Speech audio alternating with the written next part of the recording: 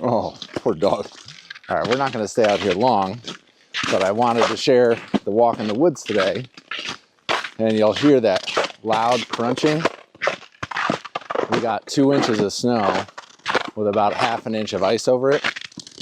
It's not quite as dramatic here in the woods because after a couple days, the sun will bake the top a little bit and then it will freeze over again, and then that ice becomes thicker and it's just super crunchy when you're walking around. I don't know how annoying this is on the microphone. This is another test, but trying out a new angle. I can't see the screen, and so I don't know how long this is going to be, and I also don't know exactly where I'm pointing. I have a fair idea in my head, but it is a beautiful morning. Oh man, even I can't hear myself talk over the crunching. It's an absolutely beautiful morning. Having a pretty good week so far. You know, the most you could wish for is everybody's healthy and generally happy. And we got that. Our kids get strep throat a lot, and then we get strep throat. With Kate being a teacher and the kids in school, it's February in New England. Everybody's sick all the time, and there's tons of stuff going around, but it builds immune systems and some character, and it's just a little annoying. But not to talk about being sick out here in the woods. Yeah, had no specific agenda today other than to share with you that it can be so quiet out here and so enjoyable, and there's a few birds out even though it's 14 degrees. And but then you crunching around on this ice is so obnoxious. And then to be out here at night when it's really quiet and then it's just crunch, crunch is part of the experience. That's what today's dog walk has brought. And can't complain too much because I'm still outside, still enjoying it, trying not to throw my back out or walk. So throwing your back out because you hit the ice and your body twitches. And young John could twitch like a ninja. And old John twitches and then goes, oh, geez, oh, the back.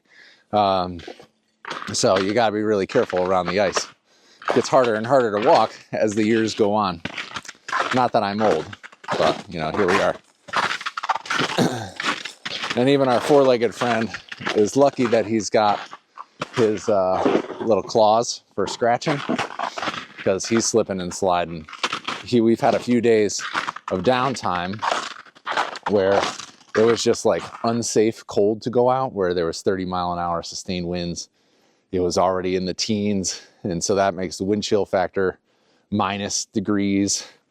And not even as bad as, my friend is in Maine, and every time I'm like, it's cold here, she'll send me a picture of her or a screenshot of the app, and she's 20 degrees colder. And I'm like, oh yeah, it is. It's pretty warm here, actually. It's not that bad.